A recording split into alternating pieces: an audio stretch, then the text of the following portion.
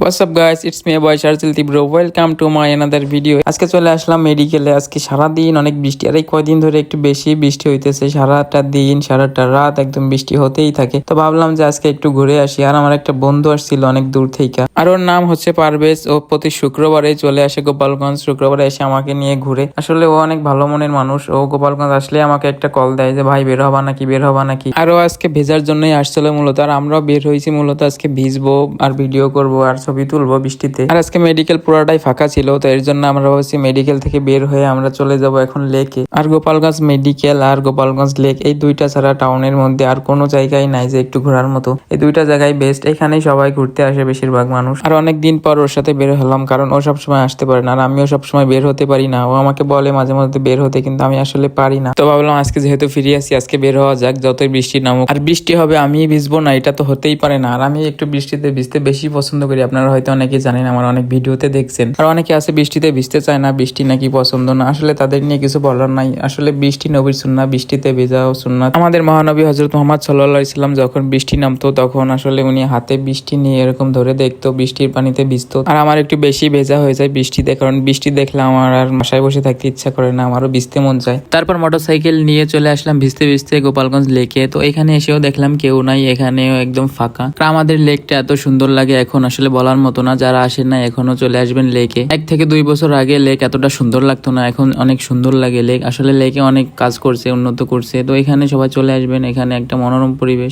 তো কি আর করবো, এখানে এসে বৃষ্টিতে ভিজতেছিলাম, কারো দেখাই পাইতেছিলাম না। এখানে অনেক বন্ধুরা আসে বিকালে, অনেক ভাই ব্রাদার আসে, তো তাদের সাথে বিকালে আসলে দেখা হয়। কিন্তু আজকে বৃষ্টি বলে কেউই আসেনি, সবাই এদিকে সেদিকে আটকে গেছে। ভিজতে ভিজতে এতই খারাপ অবস্থা হয়েছিল, পাঞ্জাবির ভিতরে কি কি আছে সবই দেখা যেতেছে। আসলে এই পাঞ্জাবিটা একটু বেশি পাতলা। তো ভিডিওটা বেশি লং করবো না, কারণ অনেক সময় বৃষ্টিতে ভিজছি, সমস্যা হতে পারে শরীরে। আর সন্ধ্যা হয়ে যাইতেছিল, যার কারণে বাসায় যেতে হবে তাড়াতাড়ি। তো আজকের ভিডিওটা ছিল এই পর্যন্তই। সবাই ভালো থাকবেন, সুস্থ থাকবেন। আল্লাহ হাফিজ, আসসালামু আলাইকুম।